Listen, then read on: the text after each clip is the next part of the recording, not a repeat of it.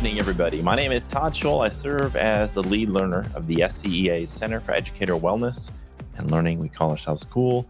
And you can learn more about what we do at Cool at cool.us. That's CEWL.us. We have lots of great resources on there for you to check out. Tonight's live stream will eventually be posted there, and all the live streams that we do are posted there, along with links to our Cool coaching program and to events that we have coming up that you can register for. Well, tonight is one of my favorite topics. I am really geeking out over artificial intelligence. So if you've seen some of these Sora videos that have come out, they're really fascinating to see that artificial intelligence not only can write and create images, but now can create videos. And it's really fascinating. And I've started to integrate different artificial intelligence tools into my practice. It helps me write drafts of things. It helps me take these long form videos and convert them into shorter clips. It's just, there's a lot of amazing things that artificial intelligence can do. And it can make things a little more efficient for you. And if that can save us 10 to 15 minutes a day, that's 10 to 15 minutes that we can reclaim for other things we want to do in our lives, like maybe go for walks or spend some time, have a conversation with our family members, or get some rest.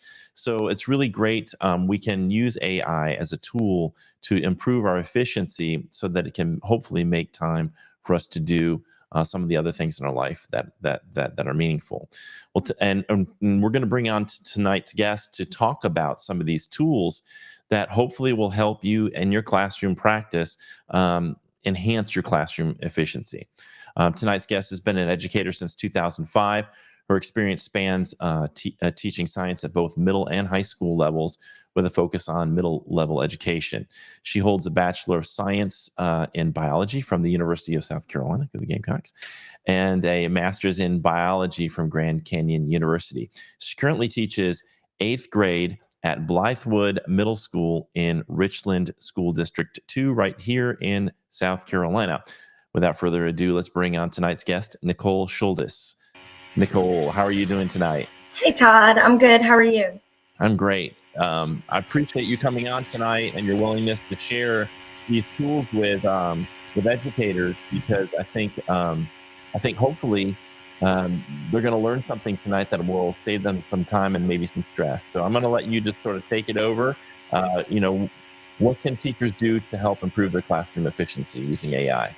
All right. Thank you so much. And thank you to everybody that suggested that I come on and do this. Again, my name is Nicole Schuldes, and I'm an 8th grade science teacher at the amazing Blythewood Middle School.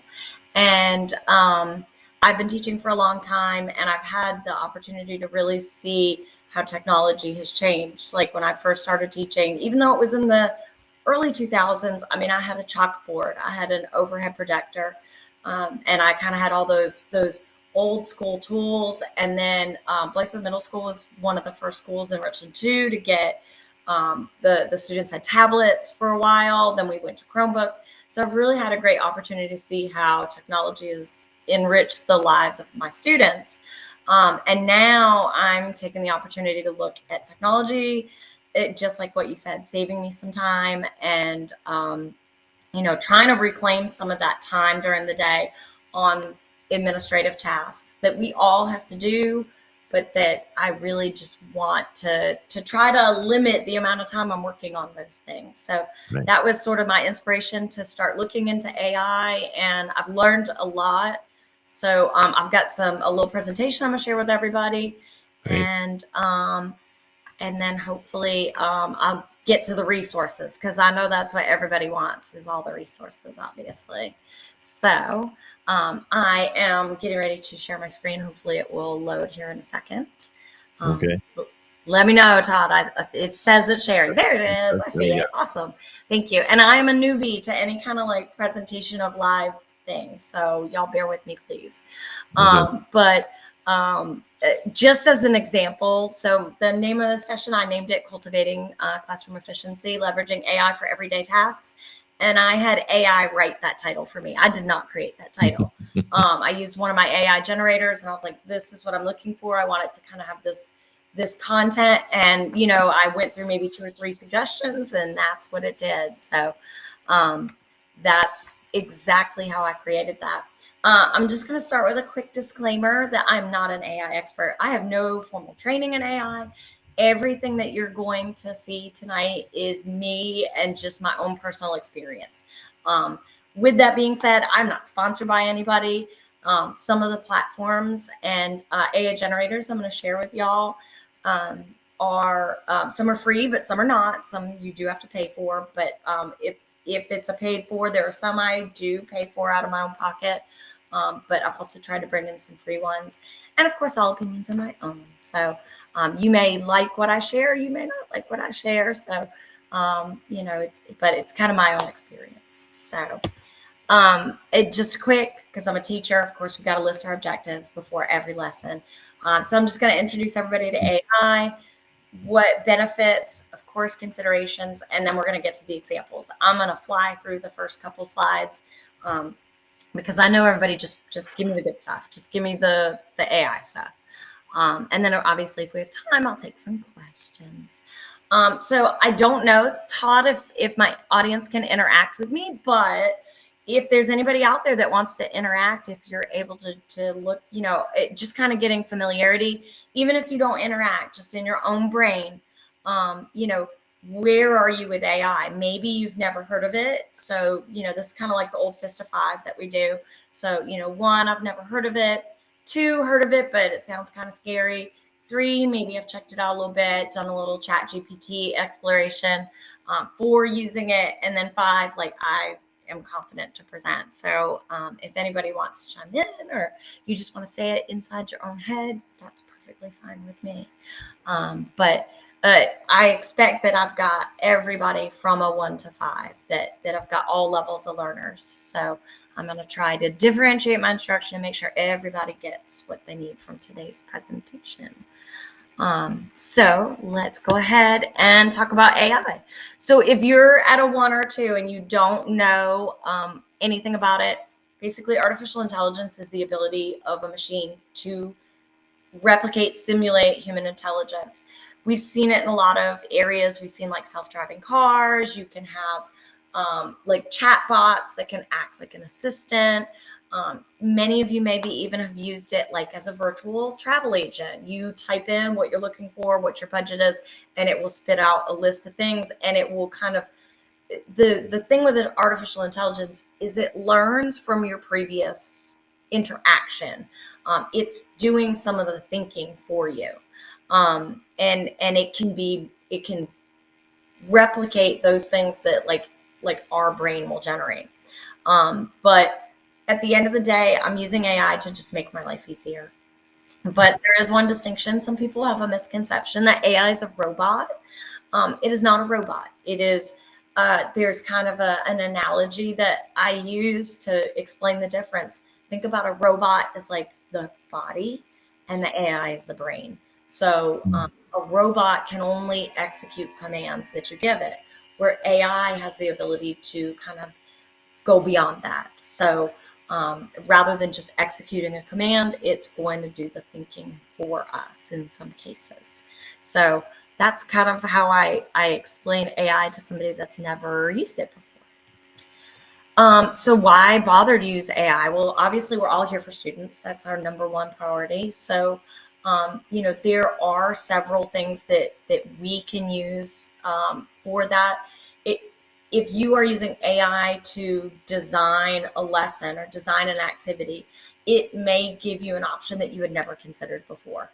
And therefore, getting that student level of student engagement that we want. You can use AI for personalized learning and for your students. I'm going to show you that in just a little bit. I can use AI, I'm a science teacher, so I'm always struggling for real data that my students can use. And sometimes that's hard to find real data that is middle level appropriate. I always find a lot of high school and beyond, but I have trouble finding that middle level data, and even younger. Just because I have a student that's in the 8th grade doesn't mean they're ready to digest middle level data. So I can use AI to generate a data set that's more applicable to my students. I can give them some problem solving skills. We can use data and AI to do data analysis, interpret data for us, crunch numbers at a much faster rate than our little human brains can do. And then the other thing is AI is acting as a personal tutor. I could design a chatbot, and I'll touch on this very briefly because I don't have a ton of experience in the chatbot design phase. It's kind of new, that part's new, but I'll get to that. But we can design chatbots that can work with our students, provide explanations. Like for instance, today I'm in a class of 27, 30 students, and I'm trying to help everybody, and there's only one of me. So a chatbot could provide some of those basic, simple questions that your students have. And like we used to do the ask three then me kind of thing. We'll ask the chatbot then me is sort of where that could go into. So those are our student benefits that we could have. Nice. Do you need me to stop, Todd? Am I doing okay? No, you're doing great. Keep going. Thank you. So of course, where are teacher benefits? Because if a teacher is deriving benefit from this technology, our students are going to, by like association, benefit as well. So first off, it's increasing productivity. I know every teacher that is on here, and even if you're not a teacher, if you're just a regular person listening to this, we are asked to wear so many hats during the day and have so much. Like, I am a teacher, I'm a counselor, I'm a mom, I'm so many things to so many people. I lead, I'm a club advisor. So to try to fit all of that into the space of a workday is really hard. So if I can reduce my administrative tasks, or at least streamline them, make them flow better, make them a little easier, it's a benefit to me. I have more time to spend on my students rather than administrative tasks. Mm-hmm. I can use, obviously, AI to identify patterns and trends in my student performance, and then tailor content to meet the individual needs of student, because we all know every class is very, very specific. And I can have one student in my class, and the teacher across the hall can have that same student and have different needs in both of those classes. So that's kind of what I'm thinking about with AI, how it's going to benefit us as a profession. But of course, with any benefit, there's going to be some considerations. First off, I want everybody to understand AI is not going to replace teachers. We are irreplaceable. You're not going to get replaced by a computer, because we'll see tonight that there are limitations to this technology. But there are other considerations that we should have as professional educators. Obviously, privacy, security. You have to be so careful about sharing any kind of information, data. You don't want to have anything that is tagged to a student's name or identifying information. That's really important. There is bias in AI algorithms. Obviously, the more AI is used, the more the algorithms become refined, the better that will be. But there is bias in there. So you, as the educator with experience in the classroom, need to vet every single thing you do through AI. Like, you cannot just generate something and then put it out there. That it is opening yourself up to a world of just there's issues. So, and I'm going to show you this. And of course, responsible and ethical use. Just like I started off my presentation telling you, I did not write the title of this presentation. An AI generator did. You should never generate something and say, well, this is me, because it's not. It is AI generated. And so, always give credit where credit's due. So those are some of the things that I think about as I'm using AI in the classroom. All right, so I'm gonna get to the good stuff. All of that preface to get to the good stuff. So I have a list. I will not get to all of these. It's just too much to do in one session. But I'm gonna kind of hit my top 4, and then if I have time, I'll go beyond. But the first one that I'm gonna show you, and I hope I'm doing this right. So Todd, let me know if I'm messing this up. It looks good. Perfect. So this first one is not an AI generator. Well, I think it is driven by AI. But this is a compiled website of educator AI tools. It's called AIeducator.tools. And it literally compiles all these AI generators. Now, I say all that to say, I mean, there could be anything. Like AI is a little Wild West like. So you would have to really go through every single one of these that you are considering and think about what is it going to give you. But what I like about this, because a lot of AI generators have either a free and a premium model or a freemium. So you can, what I like by this, you can sort by free. And so if you just don't have any extra cash in your budget, you're schooled up, whatever the case may be, you can do that. And then you can sort by category. So if I'm looking for assessment and I want it to be free, look, they don't have any assessment tools that are free, but it's basically a search engine for AI. And there's lots of stuff you can drill down and you can find out more if you want to know more about that particular tool. And then if you want to go to the tool, you click the website and it takes you to that. So I kind of wanted to start off with that because I thought that would be a good reference for everybody, because this is what I have on the screen right now is the tiniest sample of AI tools. And it feels like every single day something new is coming out. I first did this presentation back in October. And since then, I've already added to my AI library of tools that I'm using pretty regularly. So, but that is like a database of all the AI tools for educators specifically. So the next one that I'm going to share with you is called eduaid.ai, and they have both a free and paid version. So I'm going to, I do pay for this one. So you're going to see some things that are not free that I have access to, but I'm just going to show it to you really quick. But this one does have a ton of free stuff. So if it's not in your budget, don't do it. Don't upgrade. There is still so much you can use that is completely free. So I'm a science teacher, so I obviously are going to know things that are associated with science, but you can change your subject. Some of the AI generators, content generators in this particular website are not specific to any content, but of course, science is my thing, so mine is automatically defaulted to science. You can change the grade, so you can go preschool to post-secondary. So there's a lot of options. Oh my goodness, my cat. Sorry. Get down, cat. Just like, what is happening right now?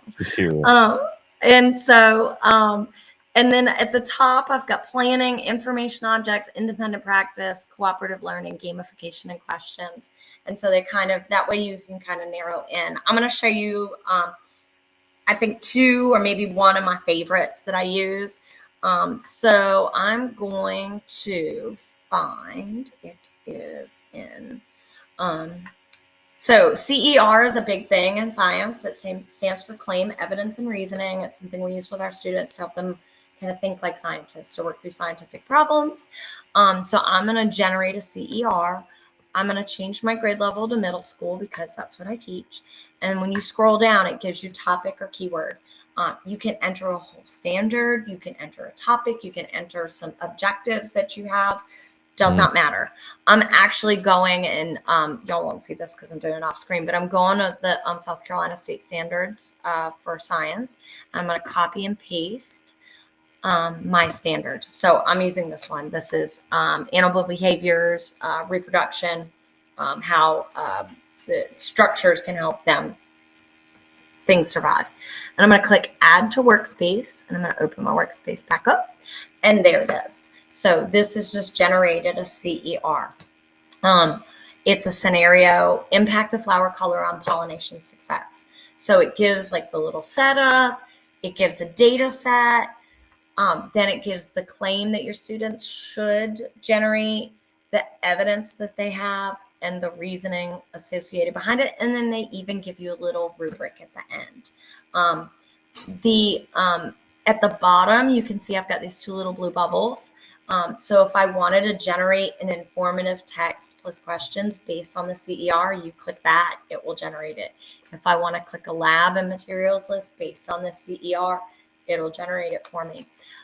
Without reading through this, I was just kind of playing around earlier, making sure I had all my ideas, all my ducks in a row. And I generated one earlier, and I noticed that it did not give me enough data. Like it had the CER, it had all this great claim, evidence, and reasoning, but it was missing some data. So that's a limitation. Like you have got to read through this. Like it would not make any sense to somebody if you just gave this to your student because you did not have enough data in the other one. Now this one looks pretty good because we've got a successful pollination versus unsuccessful. So you could look at those two numbers and try to figure that out. But just make sure this is my best warning. Like you've got to read everything over. This is not meant to be a replacement for you.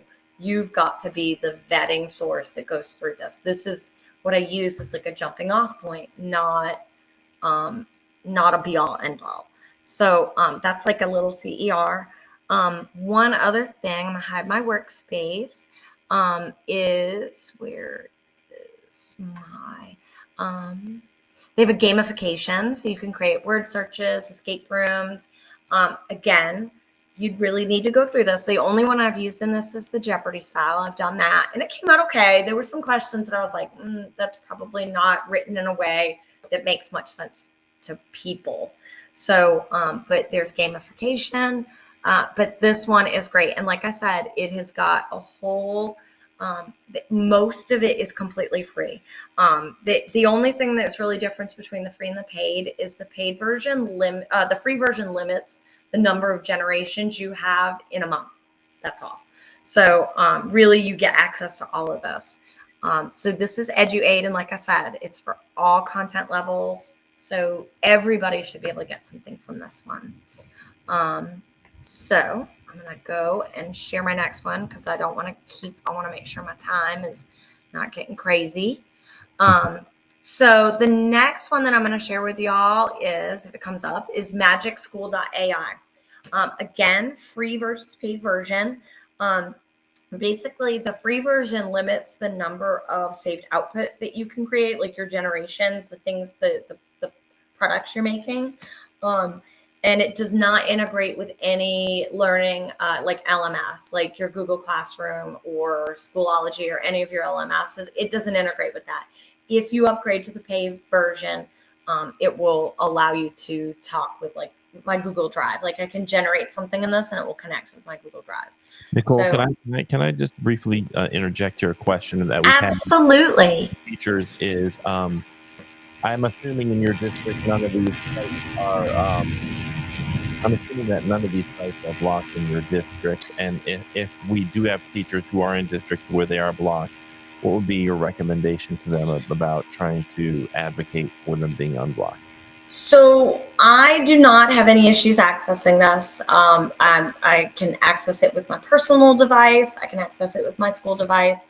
I think in terms of advocacy is, showing the value that it has for teachers. I think that sometimes maybe administration might feel like, well, my teachers are going to cut corners and they're going to skimp out on their lessons and they're going to make AI generate all their lessons and they're just going to sit back and not do any work. And that's not what this is for. I know in our district, not particularly in my school, but I know in our district, especially in science, we have a lot of teachers that are from outside the country that we've brought in to teach because of teacher shortages. And that's a nationwide issue. So we're bringing in these teachers that don't know and don't really have experience with the US education system and that model. What better tool do we have than giving them this to say like, hey, if you need help generating a lesson, use this tool. You can't, and I'll show you like maybe, let me show you one of the lessons where you can maybe see it, but it's not going to do all the work for you. It's a jumping off point. Right. I'll show you also like some of those administrative tasks, especially in Magic School. I use this one for administrative tasks all the time. That just saves me some time. So then I can plan more effective, more engaging lessons for my students. I'm not being pulled in. I don't feel like I'm being pulled in 1,000 different directions to meet all these needs of administrative tasks. So I feel like that would be my first point in advocacy. The other thing is AI is not going away. It's not. Like we have opened Pandora's box and it is open. It's not going to go away. So why, we kind of did this when we started introducing technology to the classroom. And we said, Like, we don't want, we don't want our students to access the internet. It's too scary. Well, guess what? Like, they are going to do it. Right. And now we figured out ways to enhance our lessons with that. Why would we not do the same thing with AI? Like, Amen. that's what I think is going to be the next step. And again, like, it's not replacing us. It's not a teacher.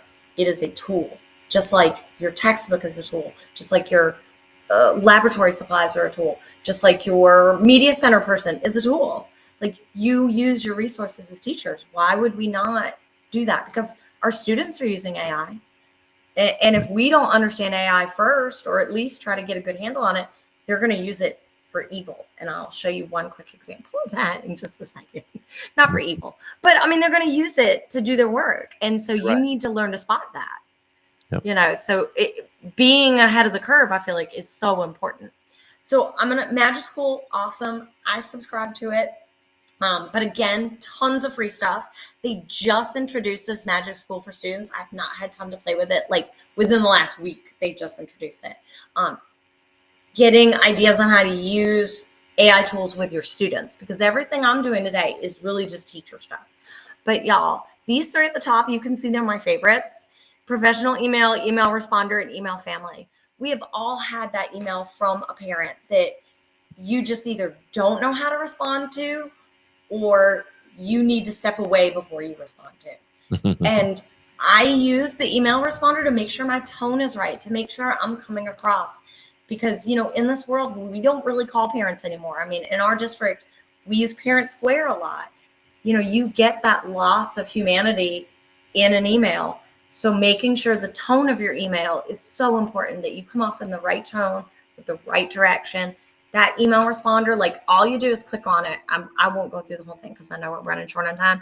You put your name in, you copy and paste the email that you're responding to. What do you want to communicate? What do you want to tell that person? Generate. Bam, your email's done. Now, again, like, there's never been a single email I've generated using this where I copied and pasted and just sent it.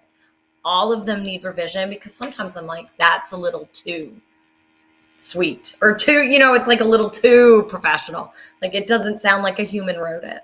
Right. So, I've had to do that as well. I'm going to show y'all one more that I absolutely love. And if you are a Google for Education school, like if you use the Google Suite, this is it's ready to go. It's created by Google. And it's called Brisk. So what I'm going to do is so here's an open document that I have. It's just a Google Doc. Brisk is an extension. So what that means is you would have to go to the Chrome store and search for Brisk and download the extension. Some schools block extensions, some schools do not.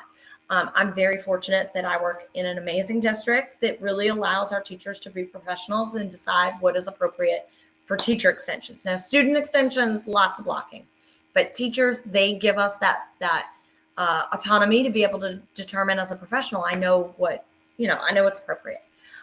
So this little circle down here, this black circle it kind of looks like a B. I think it's supposed to be B, is a Brisk. And so I can click on that, and I can click on that in a blank document.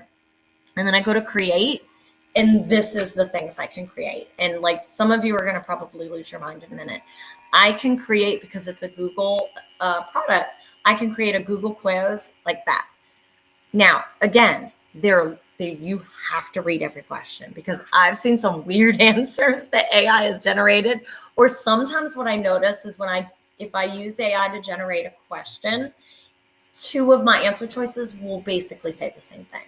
AI is not really good at giving you the right answer and three wrong choices. Sometimes it gets confused.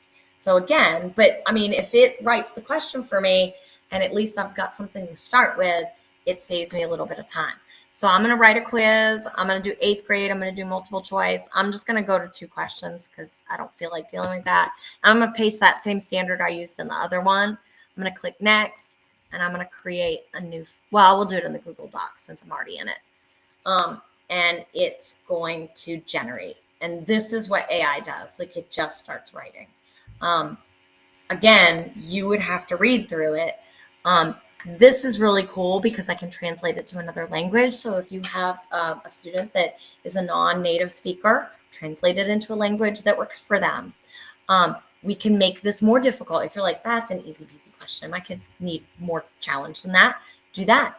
If it's too hard, make it less difficult, make it shorter, make it longer. Anything you want to change, you can brisk it.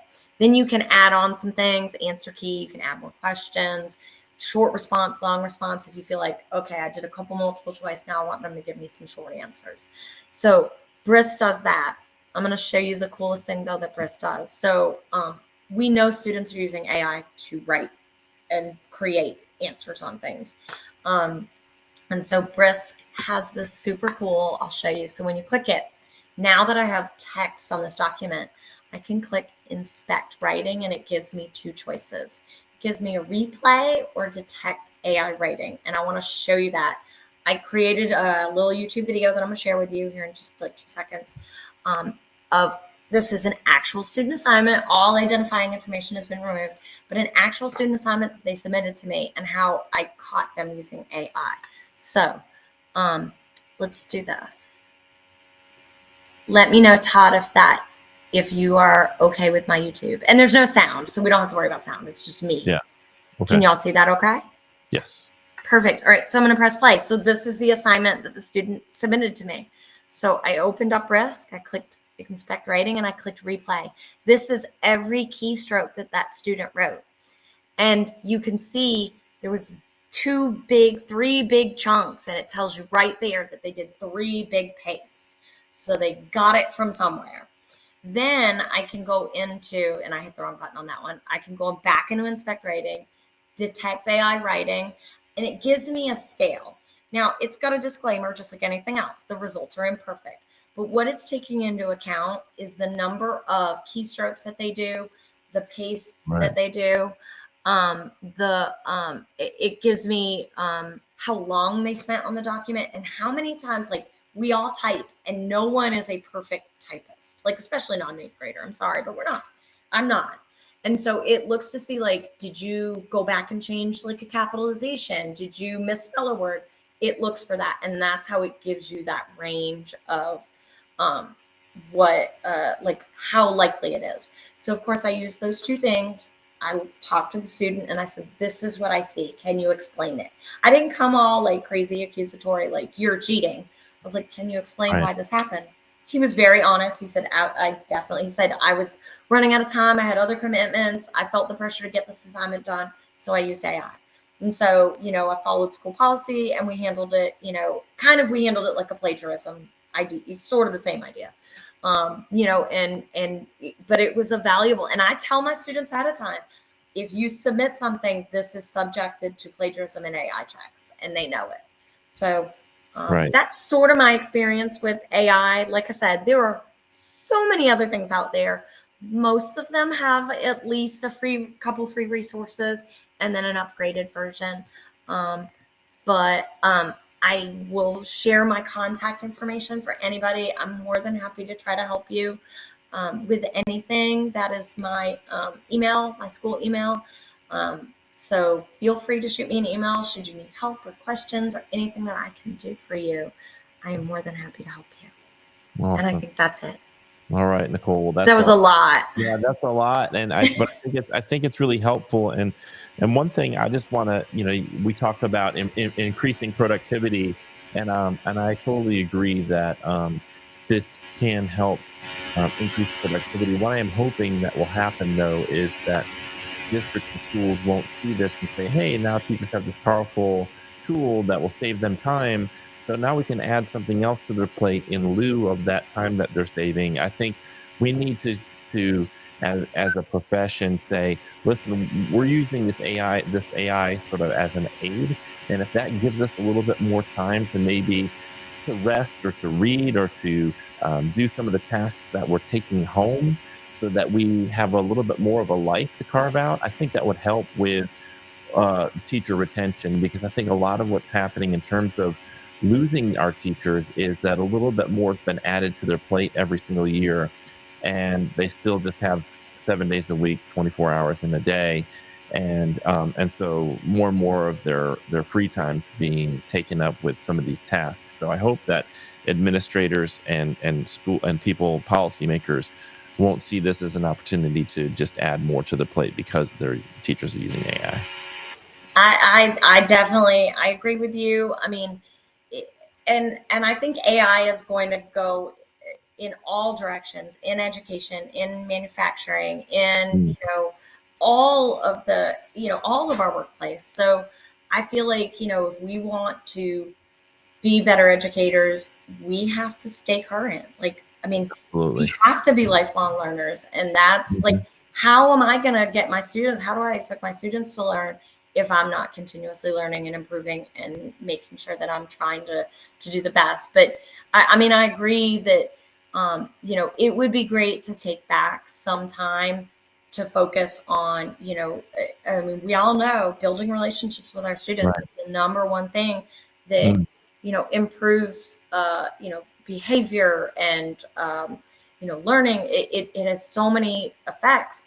And so if I can just take even 10 minutes back and I can use that to build a relationship with a Yeah. student, and that's totally what I want to Yeah. do, Yeah, just taking away some of these mundane tasks that Yeah, really aren't about developing those relationships and really aren't about what it really means to be a human being. It's just like these are tasks that if we can give them over to AI, then it allows us to hopefully insert more of that humanity into our daily experience. So absolutely. thank you so much, Nicole. Appreciate you Thank coming. you so much for having me. You're welcome.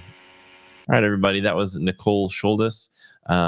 Really great information there, and I hope that some of that information is going to be useful for educators out there watching, and hopefully save you some time so that you can make more time for the things that really matter in your life. I'd like to promote a couple of things that we have coming up at Cool. First of all, if you're not aware of this program, Cool Coaching. Dr. Marcella Weinsnyder, who is our induction specialist, she is an amazing person and has a great mind. And she went out and recruited Angie Brush and Stephanie Johnson to work with her on this program called Cool Coaching, which is induction teachers getting free assistance one to one online. And they can do this on Tuesday and Thursday nights from 6 to 8 p.m. So that'll be tomorrow night, will be the next Cool Coaching session from 6 to 8 o'clock. All you have to do is go to cool.us/coaching. They'll put you in a Zoom room and you'll get into one of the rooms with one of these veteran educators. And you can ask them any questions that you have about your profession. So please take advantage of that. A couple of other things we have coming up: the Educator Mindfulness Retreat. Last time I checked, there were 5 spaces left. Our first retreat sold out. The second retreat, which is June 26th to the 28th, still has 5 of the 10 spaces left. You can go to cool.us/retreat for more information. It's going to be held in Old Fort, North Carolina, at a place called Indigo Nature Retreat. It is absolutely a stunning and beautiful place to get away in the North Carolina mountains with other educators. This is secular, so you don't have to worry. This is not going to be something that conflicts with your religious views. I don't think it would anyway. Certainly isn't intended to. It's science based. It's grounded in science. It's trauma sensitive, and it's really we empower educators who come to help sort of set the agenda, their own agenda. But we think this is a really great opportunity for educators to spend 3 days and 2 nights in North Carolina with us. Yelena Popovich and I will be facilitating this retreat. She and I developed this retreat model back in 2016 and launched the first retreat for educators in South Carolina back in 2016. And we've been working to refine that model, and she does a wonderful job. And I think you're really going to enjoy this retreat. It's $150 for members of the SCEA. It is $250 for non-members. That includes 2 nights of accommodations. It includes all of your meals, snacks, yoga sessions, a book. You'll get to choose a book, and all the training. And the only thing it doesn't include is your travel to and from the retreat. And you may be able to, maybe you can talk your school principal or your district into paying for your travel to this retreat. We have really great feedback on it. It can be a very life transforming event, and we hope that those of you who are considering going will check out more on the website at cool.us/retreat. And we also have coming up, we just added a new co-facilitator today, Rona Neely. Some of you may know her from her work at Sarah. She's now at Lawrence Elementary School. But Karen Beeman and Jennifer Dollar, who operate the Masters in Trauma-Informed Education program at Columbia College, which is an amazing and incredible program. They're going to be there, and Rona's going to be there. I'm going to be there. We're going to be facilitating this workshop on July 11th from 10 a.m. to 3 p.m. Lunch will be provided, and this is free for members of the SCEA. It's $40 for folks who are not members, but this is going to be a really great opportunity. You'll get 4 hours of credits. You'll get a certification that you've been through this workshop, and you can learn more about that at cool.us/trauma. And the last thing I wanted to share with you tonight, and let me see, I got to pull this off. Give me 1 second here. There's so many things. I'm trying to be producer and the guest at the same time. Host at the same time. So I'm really excited about something, and I want to share that with everybody tonight. So I'm going to tell you a little story. So in 2013, I had been for about 2 years presenting on mindfulness in education. And I knew a lot of the science, and I knew some of the basic practices, and I shared that with educators as a way of just sharing with them an opportunity for them to look at their stress and to learn this technique, this mindfulness technique, to help them investigate their stress and investigate the way we sometimes create a lot of stress, and hopefully deconstruct and undo some of that stress. And then as I've learned more and more about it, I wanted to find a place where mindfulness was embedded into the school culture. And back in 2013, there weren't a lot of places doing that. And so I used Google, and I found a couple of schools. As you can imagine, there's some schools in Asheville, North Carolina, which is a very special place. And there was a school in this small town called Floyd, Virginia, and I reached out to this school. It's called Blue Mountain School. And Blue Mountain School is in Floyd, and Floyd is in Southwest Virginia. Now, Floyd is a small town. Like a lot of small towns in South Carolina, it has one stoplight, but it's a different kind of town. And if you've ever been there, you know what I'm talking about. It is a really unique, almost anomalous, I would say it is anomalous type of culture. And it's a fascinating place to visit, because of the native people from that have a built-in Appalachian culture infused with some new-minded people that came I believe in the 60s and 70s, and these two different types of groups kind of coexist in a way that's really beautiful, where community is really valued. And they opened up this school called Blue Mountain School. And anyway, so they were one of the few schools that was actually implementing mindfulness for educators and students. And so I went there to do research in 2013. It was basically 11 years ago. I went up there, and it was fascinating. It was fascinating what they were doing, and they were reading Dan Siegel's books, Whole Brain Child. They were practicing mindfulness as a staff. They were talking about neuroscience. The students had for PE were doing yoga. They were doing mindfulness. They had mindfulness classes. And it was really beautiful. It was a really beautiful experience. And I kind of filed that away. And I've been back to Floyd several times since then. But in October of 2022, I had been working, and it had just kind of like was developing cool, and had a camera, and asked our executive director, Todd Jake, if I could go back to Floyd to shoot footage for documentary film. And so I went to Blue Mountain School, and then since 2013, they opened a school in that community called Springhouse Community School, just a little bit north of Floyd. And so I spent a few days there shooting interviews, shooting footage of the students, the teachers, the staff, community members, parents, and observing and just shooting this footage and taking photos. And then I brought it home, and then I realized, holy cow, I've got 6.5 hours of footage, and I've got to edit this down, and it's going to be tough. So it's taken me a long time, because this isn't my full-time job, isn't to be a documentary filmmaker. So I decided, rather than to make it a full-length film, to create a documentary series. And I got that idea from several things I saw on Netflix. So what we've done is, there's 4 episodes to this documentary. The first episode features the culture from the staff point of view at the Blue Mountain School, which is an elementary school.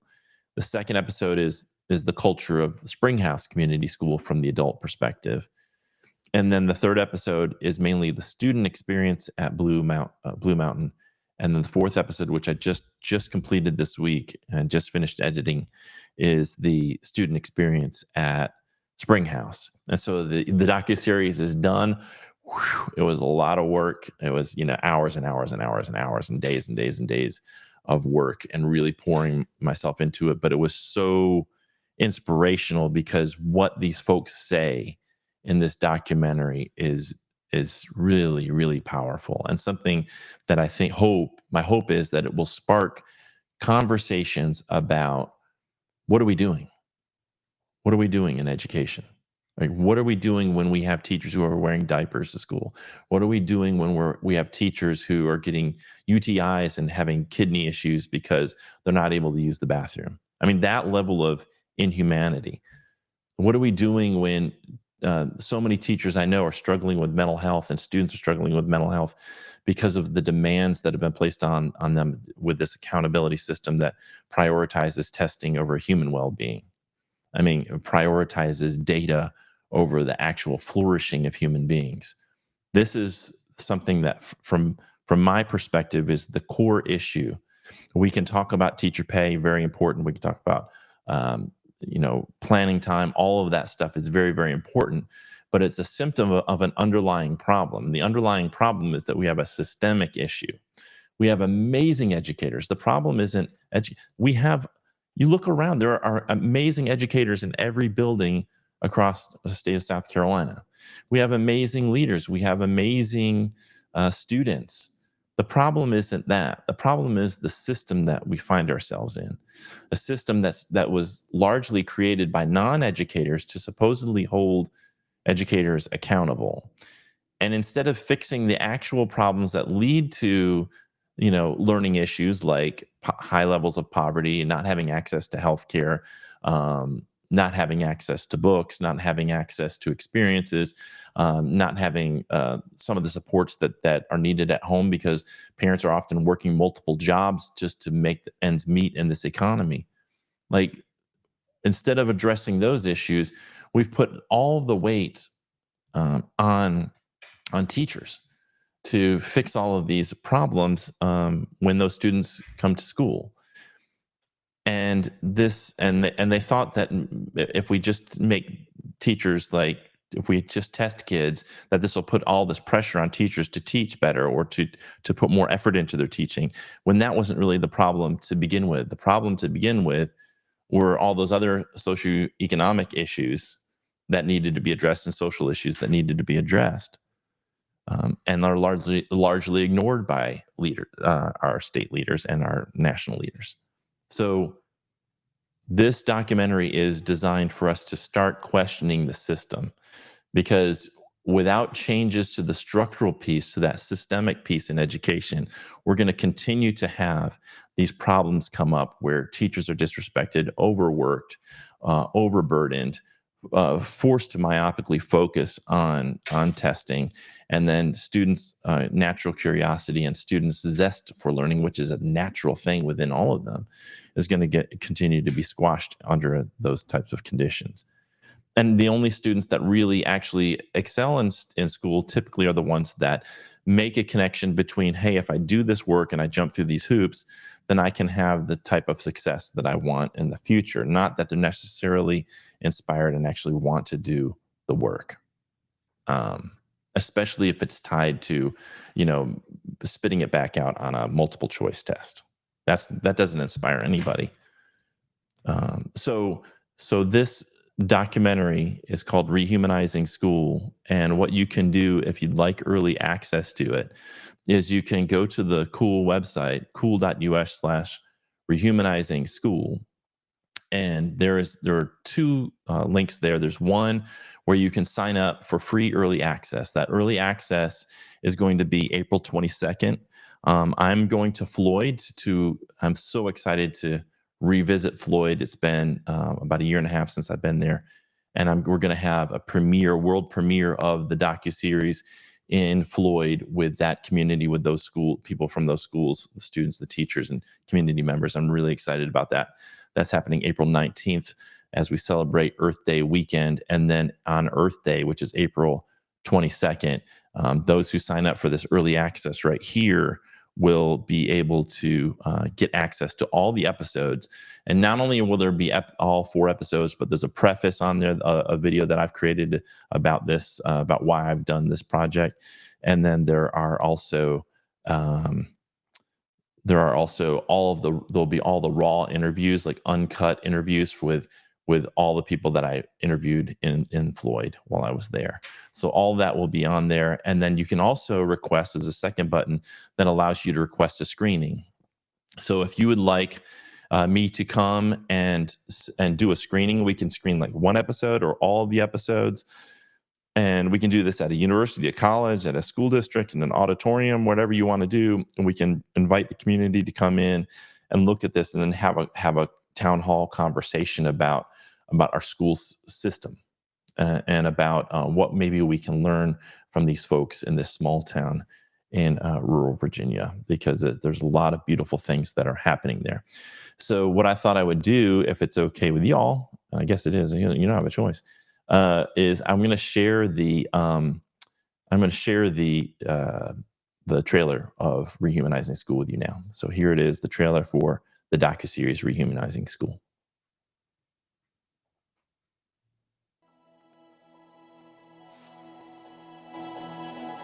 One of the things that I treasure about Blue Mountain School is the genuine relationship we're in with each other here.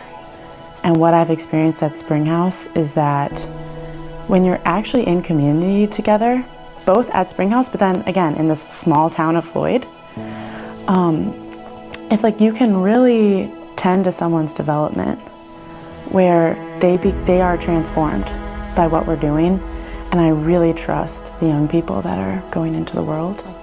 Now I see my connection to the earth, and now I know where I fit in the cosmology of the world.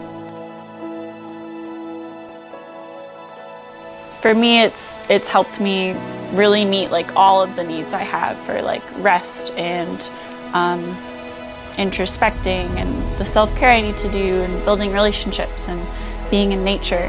Yeah, it's very honoring of that rather than an end goal.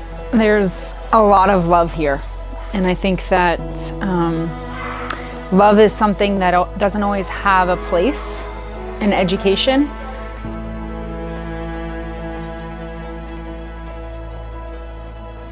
My friend Riley, he was shy for the first 3 days of school until on Thursday while he was at recess up in that tree over there. I asked him what his name was and what he liked to do. From then on, we bonded and made friends. Once you get to know this place a lot, you just feel welcome.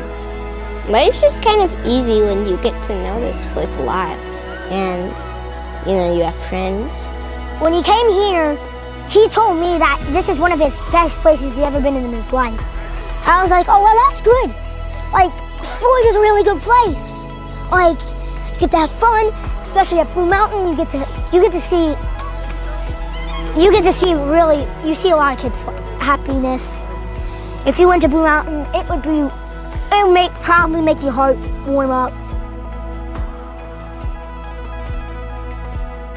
Well, this sounds really a bit conceited, but my teenagers are extraordinary. All of them here are.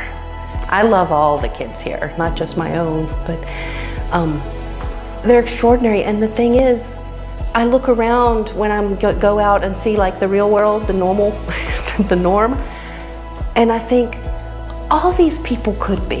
If you're not cultivated, if you're only, if that's, you're only brought up to do what you do because you're afraid of getting in trouble or you want a prize, that leaves the self undeveloped. You know, and so what I would love, and what happens here at Blue Mountain, is we are cultivating a self that can then be self-directed, can be self-regulated, can be, and then grows up to be what it's really meant to be, rather than a reaction or a response to these external things. There's an actual, oh, I'm a seed and this is what I'm growing up to be. So that's what this school is for teens and adults, is to really support the development, the natural development of a unique individual person.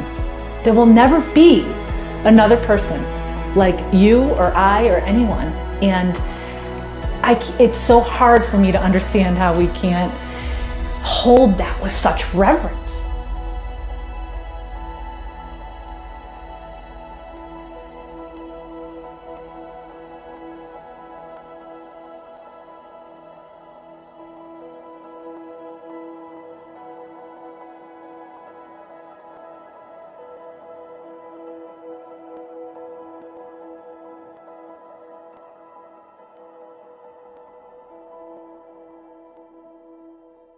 So there it is. That's the trailer for Rehumanizing School, a 4-part docuseries that you can sign up for right now at cool.us/rehumanizing school. Just go there, click the link, sign up for that, and what I'll do is I'll be emailing everybody who signs up a passcode to get onto the website on April 22nd, and then you'll be able to watch the entire series along with all the bonus footage that other folks won't have access to. So I'm really excited about that. And I just want to say, if anybody's from Floyd is watching, thanks to the staff and the students and the community in Floyd at Blue Mountain School and Springhouse Community School. I'm really looking forward to visiting Floyd again. It's a really wonderful and magical small town here in rural Virginia.